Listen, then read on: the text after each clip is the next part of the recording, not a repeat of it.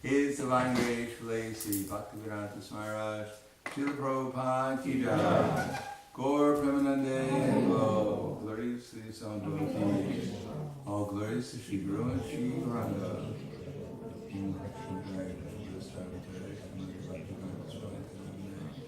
Namaste, Saraswati Devi, Gauravani Vicharane, Nirvishesha,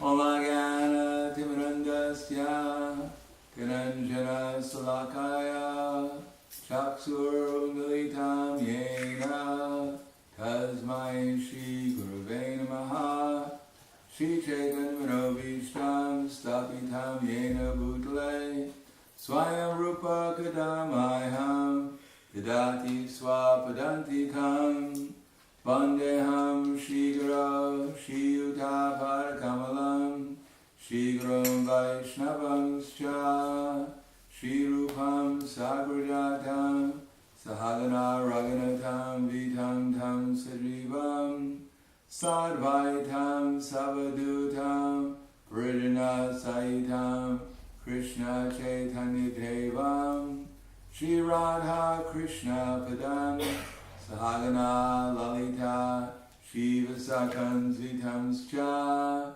Hey Krishna Karna Sindhu Dinabando Jagatpate Gopesha Gopika Kanta Radha Kanta Namostute Tattva Kanchana Gaurangi Radhe Vrindavaneshwari Prishubhanu Siddhadevi Pranamami Hari Priye Vancha kalpa drubhyascha kripa sinubhya patidanam bhavanebhyo vaishnavebhyo namo namaha Shri Krishna Chaitanya Prabhu Nityananda Shri Advaita Gadadhar Srivasadi Gaur Bhaktivinoda Hare Krishna Krishna Krishna Hare Hare Hare Rama Rama Rama Hare Hare Om Namo Bhagavate Vasudevaya Om Namo Bhagavate Vasudevaya Om Namo Bhagavate Vasudevaya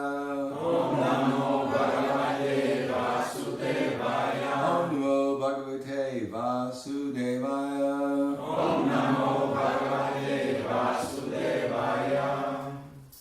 Srimad Bhagavatam Canto 3, Chapter 4, Vidura approaches Maitreya, text number 26. Uddhava Vacha Nanute Tattva Samradhya Nanute Tattva Samradhya Rishiko Sharavon Nitike Rishiko Sharavon Nitike Sakshad Bhagavatadishto Sakshad Bhagavatadishto Martyalokam Jihasata Martyalokam Jihasata Uddhava Vacha Nanute Tattva Samradhya Nanute Tattva Samradhya Rishiko Sharavon Tike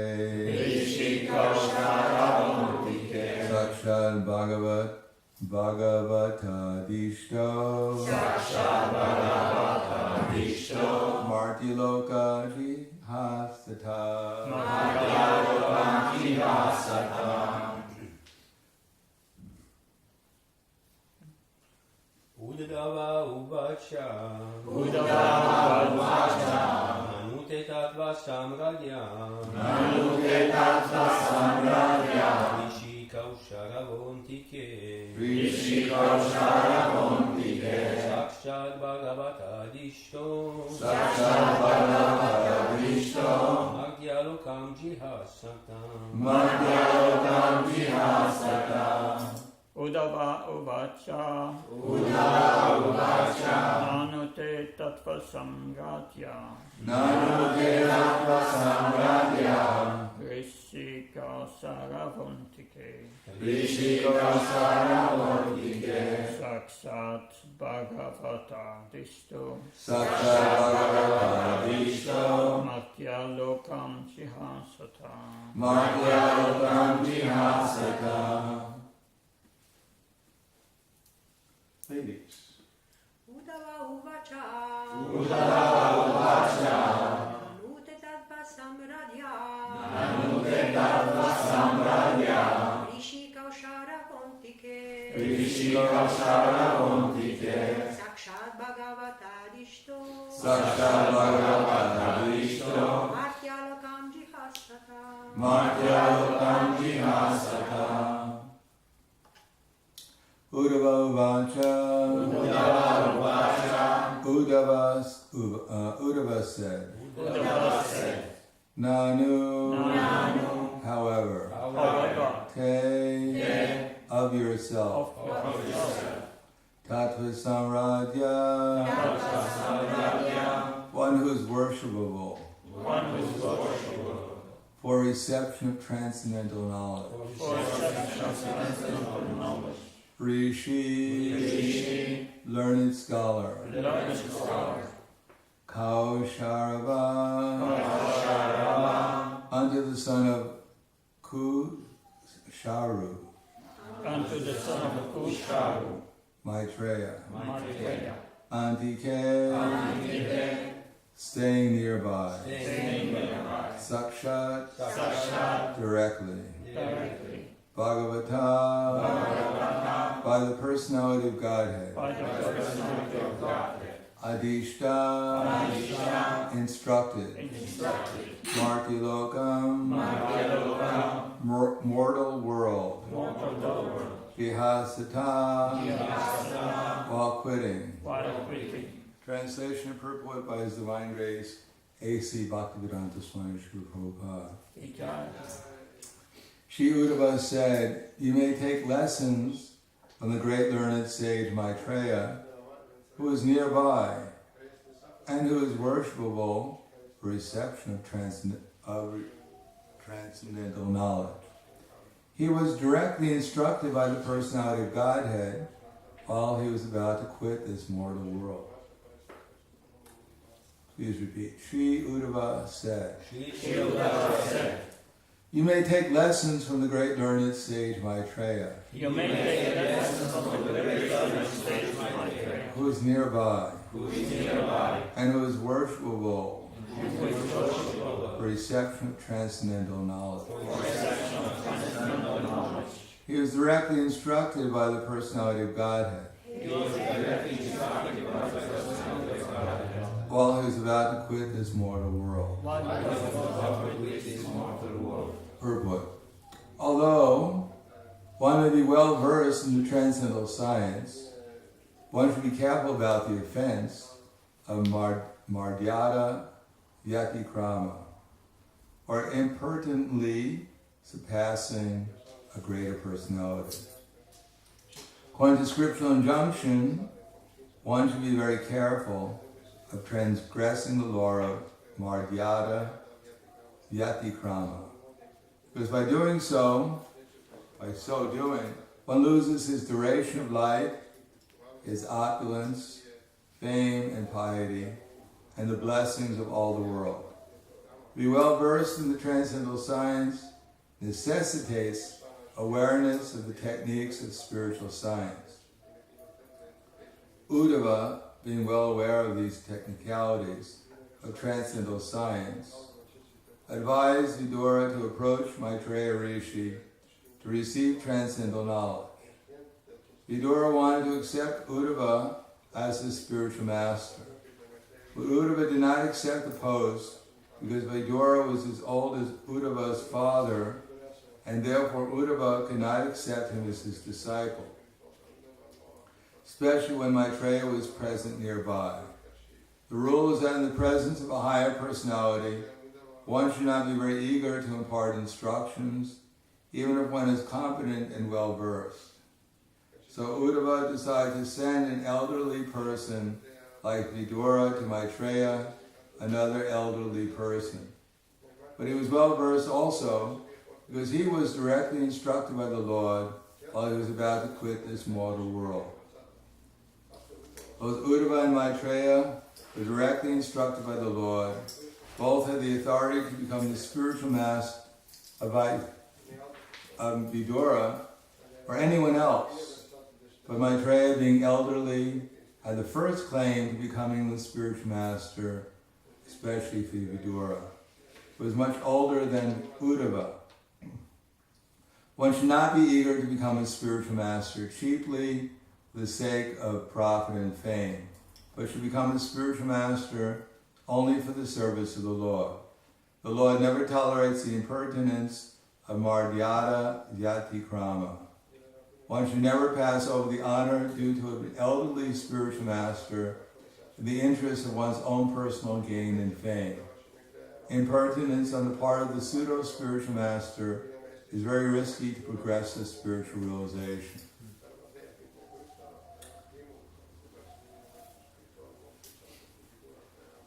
Text 26 again.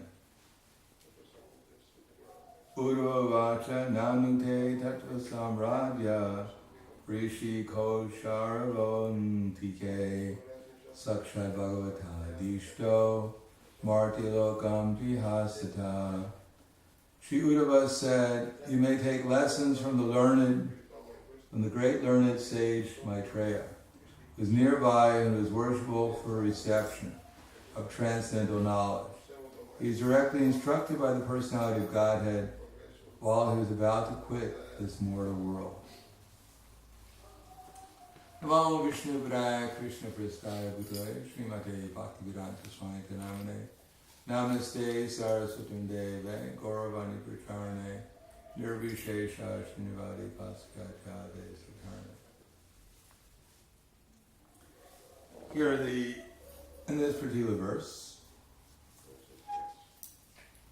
transcendental discrimination is emphasized, and Prabhu calls this transcendental, the techniques of awareness of the techniques of transcendental spiritual science.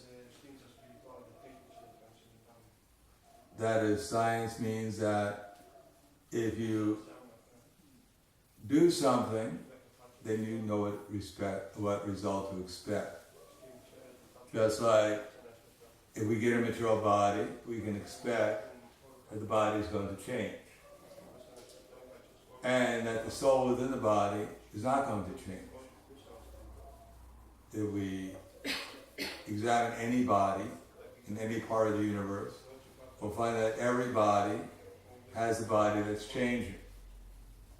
But in everyone's body, there's a soul and a super soul, and they're not changing. So that's science. It pertains to everyone at all time. So similarly, there are other techniques of spiritual science that also pertain everywhere for all time. And those are the parts of our philosophy. Just like Srila Rupa Goswami says, Tadati pratikrinati guyamakiki pritchati bhunte bojayate chaiva shadvidam pritilakshana. That for spiritual advancement, one has to engage in loving exchanges with devotees. It is not that one will spiritually advance without following the instructions of higher authorities, specifically in how to engage in loving exchanges with devotees. If we go back to the spiritual world, we can't expect that we'll be in the part of the spiritual world where we're the only one there. And that there's no one else. And if there are others, we can just ignore them. And we have our relation with Krishna, and maybe they have a relationship, but we just ignore everyone else because we have nothing to do with anyone except for Krishna. As Krishna tells Arjuna, that one who claims to be my devotee is not my devotee. The one who claims to be the devotee of my devotee, he's actually my devotee. So we can't expect that in the spiritual world we have a relation with Krishna, and through Krishna we have a relation with every living entity in the spiritual world, every eternal servant of Krishna, in the mood of trying to serve them. In the spiritual world, no one has the mood of the master, or to speak of trying to become a master. Everyone has the mood of a servant. Therefore, if we want to enter into the spiritual world, we have to practice developing the mood of a servant, not towards one person. And if we do develop the mood of service towards one devotee who's elevated, then that devotee is supposed to teach us the mood of devotion towards all the other devotees, and ultimately towards every living entity. If we develop a mood of devotion and service towards one devotee, and as a result we neglect the other devotees or offend the other devotees, then the result is that we're not really even serving that one devotee properly. If that one devotee is actually representing the knowledge coming to civil succession. Because we don't find Krishna or the liberated souls in that mood. So where can that mood come from of neglecting other devotees or even, but to speak of offending them? It must come from the illusory energy. It can't come from anywhere else because it's not coming from Krishna. Therefore, to learn the technique of how to deal with the devotees appropriately, that's the spiritual science, so that we can exchange hearing about Krishna, we can chant about Krishna, we can offer prasadam and accept prasadam, we can tell our realizations to other devotees and hear their realizations in the mood of service rather than the mood of exploitation. Therefore, Srila Goswami says, Krishneti yasya giritam manasadriyeta dikshasti chat pranativis chabhajantam isham shushu shaya chabhajanam ananyanya indata sunyaridayam ipsita sangalabdya. That one should mentally honor the devotee who chants Hare Krishna. There's no room in Srila Goswami's instructions to offending anyone. No one can see it, so I can't hit the devotee, but mentally I'm smacking him around. So no one sees it, and I get great pleasure doing it. There's no room even on the mental platform to offend anyone. And it's not only for advanced devotees, but mentally honor someone who just chants Hare Krishna. So that may include not only neophyte devotees who are just on the threshold of trying to learn how to chant Hare Krishna. And it's not that because I'm chanting 16 rounds a day, now I know how to chant Hare Krishna.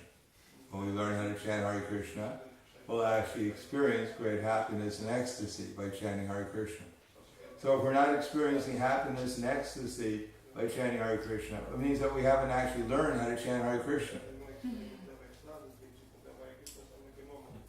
So the neophyte devotee is learning how to chant Hare Krishna. So such a devotee we respect within the mind as a Kanishta Vaishnava. That anyone who doesn't have a taste for chanting Hare Krishna means that they're not really on a more elevated platform. They're still on the neophyte platform. And it is not that the Timisoara is the only devotee who chants Hare Krishna, but even the Prakrita Sahajas they also chant Hare Krishna, but they don't follow strictly the principles. Therefore, they're not going to learn how to chant Hare Krishna because they're not taken to the process. There is a process, there is a science, and the science is that one has to minimally control the senses, especially in the matter of the four regular principles. One cannot try to light a fire and pour water on it simultaneously. But still, there's no use spending one's time mentally criticizing the Prakriti Sahajas. Although sometimes in appropriate places and time and audience, we may explain the fallacies of their philosophy and their activities. But that is not meant for full-time engagement. Then it becomes sense gratification.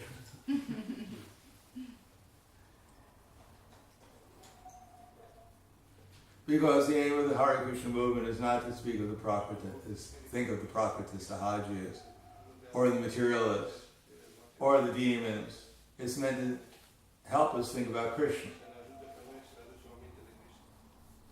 And even if we do explain about the philosophy of the Prakriti Sahajas, it's to help us become more fixed in our relation with Krishna and avoid the mistake in their philosophy and their activities.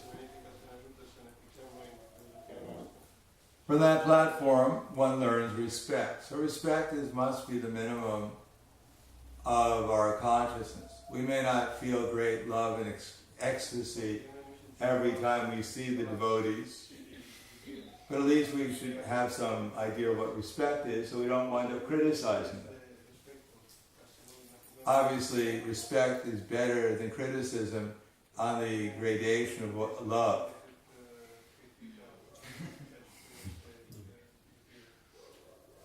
If we want to go to prema, we don't go from criticism down. And then eventually arrive at prema. We have to go from something above criticism, and that with something within the realm of our influence, namely respect. By becoming detached from mental criticism, our alternative is some kind of respect. And respect may be shown in two different degrees. At least mentally, Prabhu mentions here, for the Prakriti Sahajas, because there's no opportunity to serve them. If we go and preach to them, for instance, they'll simply get angry, at best, or they may influence us. Therefore, the opportunity for serving them is minimal, but it's still we respect them. At the same time, there is some distance that we keep from them. Similarly, other devotees may not be so strict in following. They may not be Prakriti Sahajas, but they're not so strict, and therefore the same principles are involved, because there's no absolutely black and white. There's usually gradations. Srila Rupa Goswami doesn't explain about the 8,400,000 different grades of devotees. Because that would take a whole, many Srimad Bhagavatams to fill up. Therefore he gives us general principles, and with the hope that Paramatma within our heart will give us some intelligence to understand them. On the other hand, a little bit more advanced is this idea of cooperation. That one should not only mentally respect those who are chanting Hare Krishna, but one should associate with those who are at a higher level, namely who have some seriousness in trying to worship the deity. One should try to cooperate with. So the deity in this age is not only the deity in the temple, the deity is also appeared as the holy name. And the holy name has appeared also as Lord Chaitanya Mahaprabhu. And service to the holy name means service to Chaitanya Mahaprabhu's mission. Therefore, principally, the effort we have in learning cooperation in the temple is relatively easy, although sometimes we find it's difficult even to cooperate with the devotees in the temple due to familiarity. everyone is thinking they're doing too much for Krishna. Everyone else should do more. Therefore it makes it difficult. Why should I do so many artis? Why isn't this man doing arti also? Therefore we think devotional service is the kind of thing that you divide up amongst many people, and therefore it takes the burden off of me serving Krishna. As if serving Krishna is some kind of punishment that we get from becoming a devotee.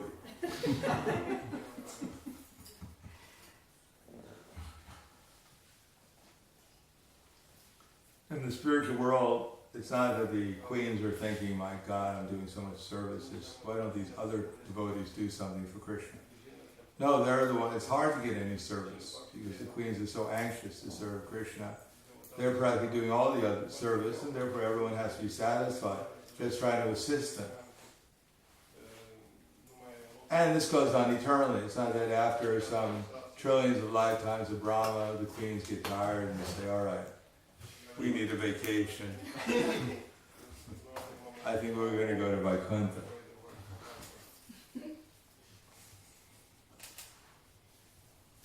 Call Garuda.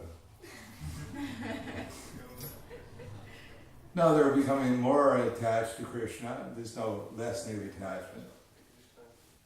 So to learn cooperation and serving the Krishna in the temple, but that cooperation is at the end because there are more people in the world than just the devotees, present devotees. We're supposed to cooperate with each other to spread the Sankirtan movement. And the Sankirtan movement, the basis is simply that Krishna is the Supreme Personality of Godhead.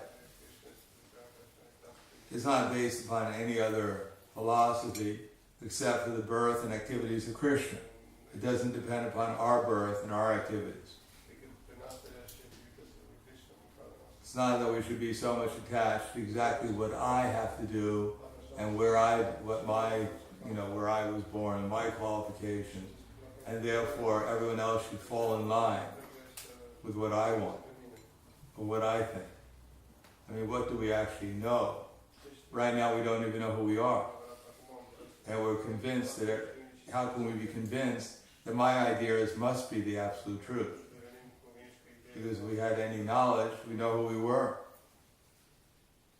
But since we don't, we can't be 100% clear exactly my understanding of this. Even the scripture is 100% accurate. What to speak of when I'm not even quoting from scripture or even seeing things through scripture, but through my experience, my profound experience over 40 years. And even if it's not, what to speak of, it's not even from my experience, it's just from my mental feeling. You should all surrender to my feelings.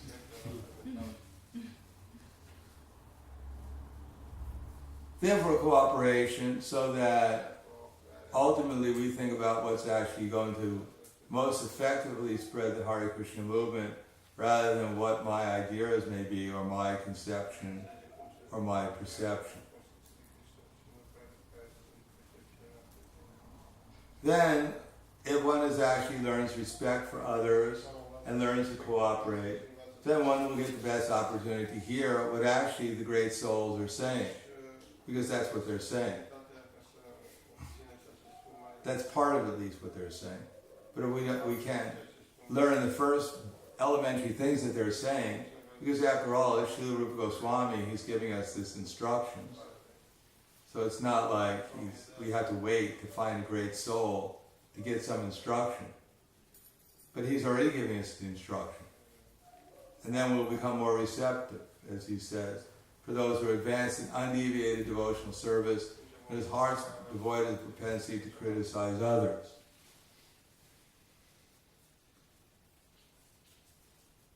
Therefore, devoid of the propensity to criticize others. But don't the great souls criticize others?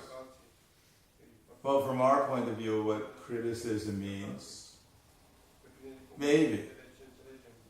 But obviously there's some distinction between the great souls, how they criticize others, and how a normal person generally criticizes others. One is actually advanced in unalloyed devotional service, then one feels love for all living entities. Just like we don't consider that a mother, when she tells her son not to put the hand into the fire, or if he does put the hand in the fire, she chastises him. So we don't say, why is the mother criticizing this poor boy? Because nowadays they may say like that, because it's called the yuga. Nowadays in America, sometimes the children, if they're chastised by the parents, they call up the Child Protection Service. And the Child Protection Service comes and arrests the parents for child molestation, child abuse. But in a normal civilized society, which is not really, more or less historical, in previous civilized society, then it was considered normal if the mother would sometimes chastise the child in order to help him know what's to be done and what's not to be done. Because Kalo, Sudra, Sambhava, everyone is born in ignorance, they have to be trained. If we follow our dictation or our senses, if someone's about to walk over a cliff and fall down, and someone says, stop, you're about to fall over the cliff, and someone else is there, why are you criticizing that man?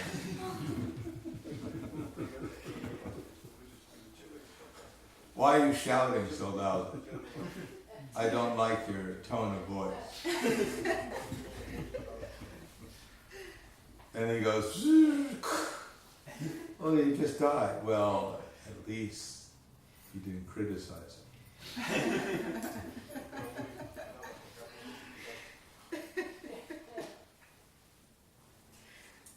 Therefore, one who actually is on the level or in more advanced level, then sometimes that's a method of instruction. It's not that Krishna told Arjuna, my dear Arjuna, now I've given you all these instructions, you've become a pure devotee. Now give up all your violent activities. Just go out and hand Drona, Charya, Bhishmadev, Duryodhana, and everyone else, hug them and embrace them, fall at their feet, and offer them some prasad. Because now you're a pure devotee. So people can't understand, Krishna is telling Arjuna, go out and kill these people. What kind of love is that? Is that how Krishna asks his devotees to show their love? What would their hate be like if that's their love?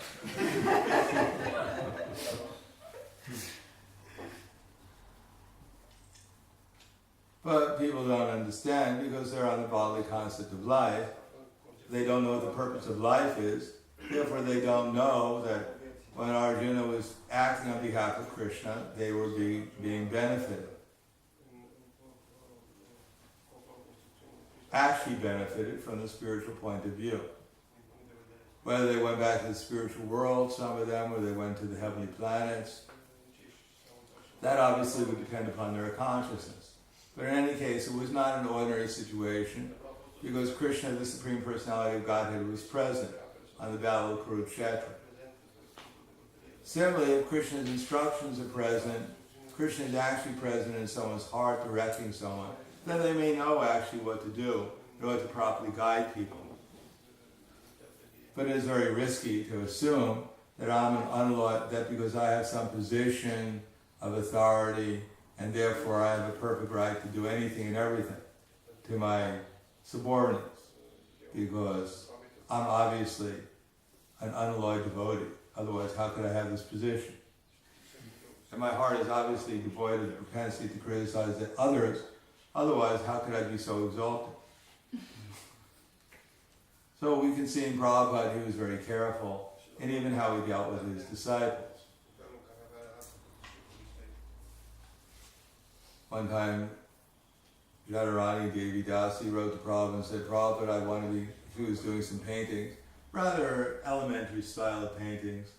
And then she wrote to Prabhupada and said, I want to get some training, how to become an expert painter.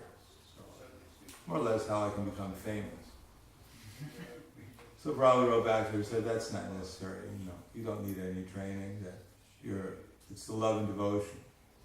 And then that Mother Janarani didn't write back to Srila Prabhu for some time, so Prabhu wrote back and said, I see that you must be depressed, because you're not writing anymore. So he said, more or less, if you want to get some training, it's all right. So Prabhu did not want to kill the spirit of enthusiasm, although he started from a higher platform, but when he saw his disciples were not able to be actually on that platform, then he gave the next alternative down, or some alternative down. He didn't say, you rascal, why are you not a pure devotee?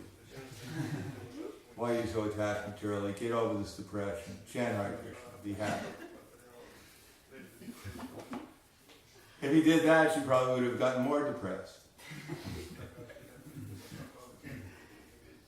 So it takes some transcendental discrimination expertise, which cannot be just begotten by giving some service, just like one does not automatically become a Brahmin when he's given a sacred thread. The sacred thread touches the body, one becomes electrified with spiritual energy. All the good qualities of the devotees develop within. And the sinful activities go to his poor spiritual master.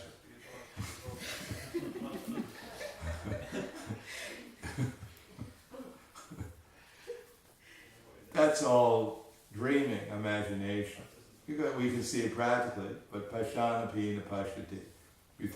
We can see it's not real, but still we think we're supposed to pretend as if it was real, because otherwise I'd be an offender if I actually saw things in a realistic way.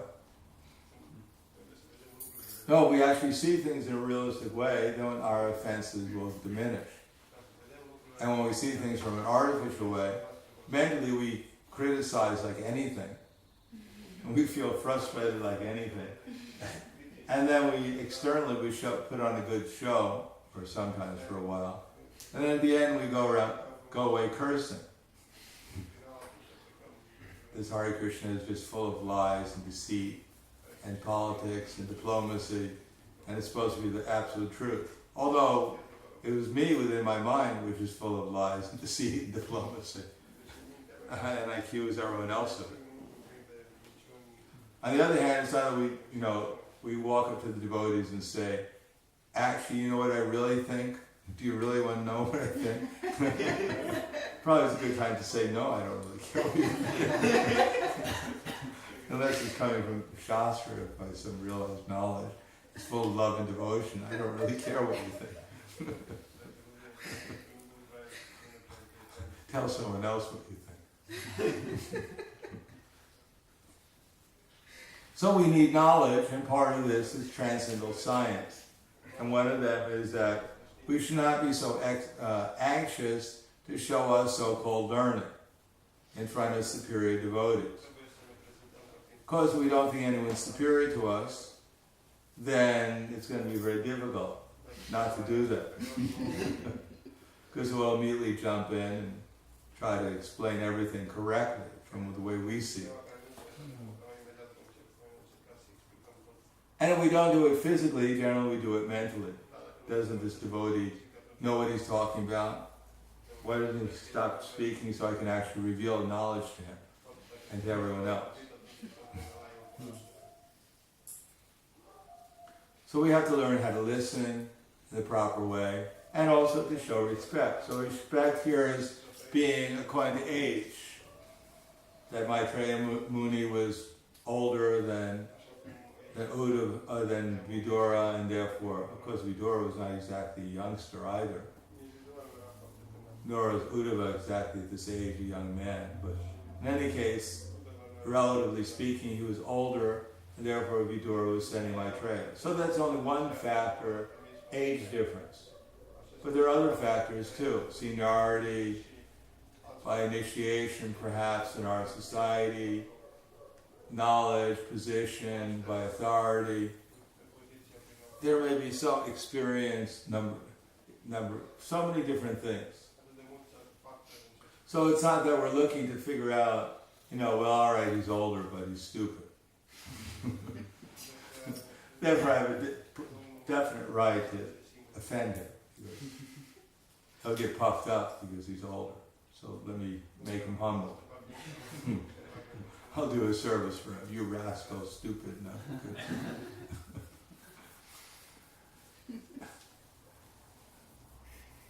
That's not a very good attitude to take. Instead of trying to find reasons, meditating on how to respect others, which will actually provide an opportunity to develop a service attitude, then if we try to figure out how we're superior in every way, then the result is we'll simply take everyone, break them down, and even Krishna will find some reason why we feel superior to even him.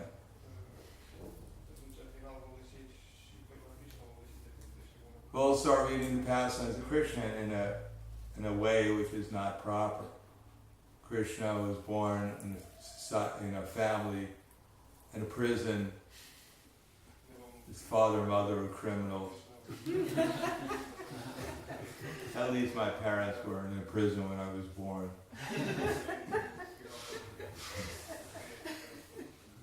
Krishna, he killed his nurse. At least I didn't, I was non-violent. I wasn't so sense of mind control, but I wasn't so violent when I was younger. We'll find some reason to criticize Krishna even. One devotee came to Prabhupada and said, Prabhupada, everyone's criticizing me. So Prabhupada said, well, that's all right. He said, no, you don't understand, Prabhupada, everyone's criticizing. So Prabhupada said, they even criticize Lord Chaitanya, so why should you be so concerned? In fact, that everyone's criticizing.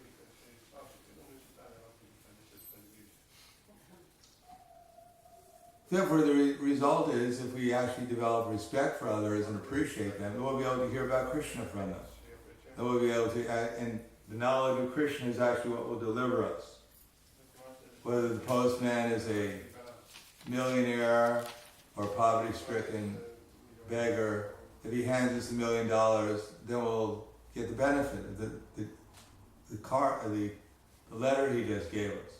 But if he's a poverty-stricken beggar and we say, my dear sir, I only accept letters from millionaire postmen, then we'll be deprived of the opportunity to receive the letter. What will deliver us in this world is not necessarily people's charismatic personalities, which is certainly will help us receive the letter. It's easier to receive the letter from a charismatic person. So therefore it's not that charisma, knowledge, opulence has no use in Krishna service. All these things are valuable in Krishna service. But they're valuable because they help deliver the message of Krishna consciousness, which if we receive and take seriously from any source, then the result is we'll become benefited, and one day we'll be able to see everyone and everything in the mood of pure love and devotion in Krishna consciousness. So I'll stop there. Thank you. Any questions? Yes. I want to ask, you mentioned at the beginning that the soul does not change. And I want to ask, how can you understand that at some point he has a tendency to serve Krishna, and at some other point it has the tendency to be superior and to lord over the other entities of the So that's free will. Not to change? It's not that he doesn't change his identity. Just like we're thinking we're a human being, whatever, male, female, black, white, American, Russian, Romanian, whatever. But that's due to the identification with the body. So that's wrong. That's a wrong conception. So we can change our conception that I'm a servant of Krishna. I'm not supposed to be the servant of my mind and senses. So that's a change of conception. But it doesn't change who we are. By changing our conception, we don't become someone else. So it's not that the soul is a dead stone. He has no consciousness. He has no feelings. He doesn't change anything. Everything's exactly the same eternally. He's rather boring. Every day you meet Krishna, he's exactly the same. Exactly the same cowards in the front when he comes home at night. Same coward boys on this side. Krishna plays exactly the same tune. Exactly the same person comes out to greet him. Everything's the same all the time. There's no... That's not what it means. Nothing. Our identity doesn't change. Everything else about the soul also changes too. Our experiences change.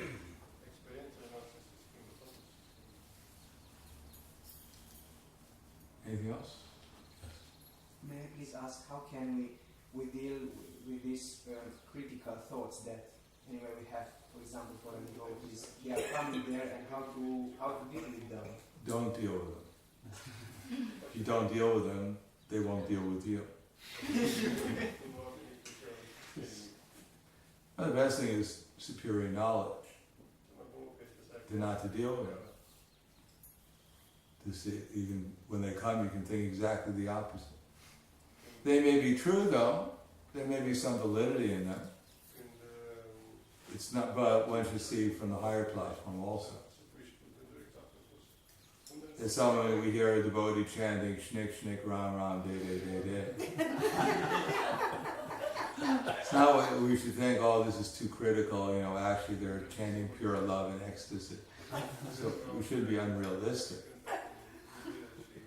But we shouldn't think, oh, this rascal devotee, I always knew he was in Maya. That's why he offended me 3 years ago. I have a perfect right to now take absolute revenge upon him. It was all God's mercy that I heard him chanting in such a way. And now I've gotten realization what my goal in life is. We should understand that this conclusion is nonsense. Perception may be real, but what to do about it, what to put in proper perspective, require higher intelligence. So it's not that our perceptions of what the devotees, their faults are necessarily wrong, but how to put it in perspective that we can actually do something positive about it for ourselves and for others.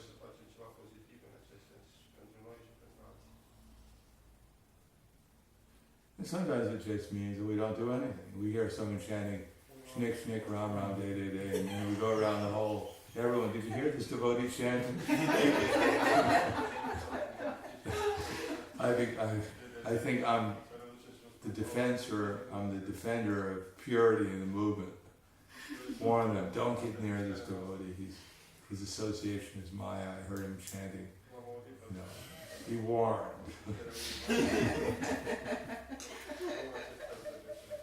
So we don't think, generally we shouldn't think ourselves as the beacon of absolute purity and the defender of righteousness in the movement. It's our goal of life to warn everyone else. And because then we wind up warning about everyone else. We warn everyone about everyone. Like Ramachandra Puri, we become ISKCON's Ramachandra Puri. We go around warning everyone, finding faults in everyone. Yes.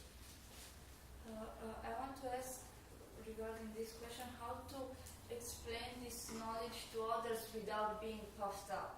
Because I noticed that if we are proud of the knowledge or the things that we know and we try to explain to others, then they will reject it and they will not take not even a hint or what's good in it. Well, that means if we're puffed up, we won't be able to explain it to others. Because we haven't even explained it to ourselves. The beginning is humility. So we think it's our knowledge. Like the postman, he hands the letter and says, by my mercy. Here's the letter. Please bow down first before I touch it. Because by my kind mercy, I'm giving you the letter. And whatever is in the letter, please take it as my mercy also. Because without my delivering it, you would never get the letter. No, it's not our message. And we're not even in charge of delivering it. We're simply an instrument. We've just agreed not to be in Maya, that's all. And therefore Krishna is able to utilize his body and mind because we're not interfering in his service. And part of that, he's delivering the message. And we get the opportunity to simply watch him do it. So we start taking over his position, thinking that we're doing it, and that it's our mercy, we're delivering others. And we're reminded of it. So we've allowed Krishna to do something, but we haven't really accepted the fact who's actually doing it.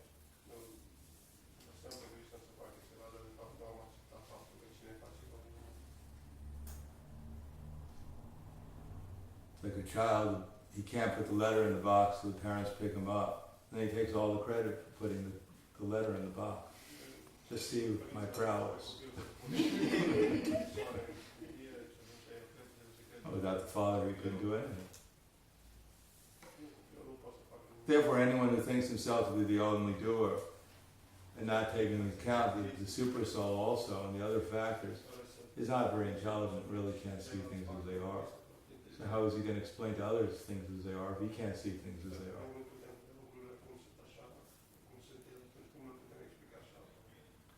Yeah. We'll stop there. Thank you very much.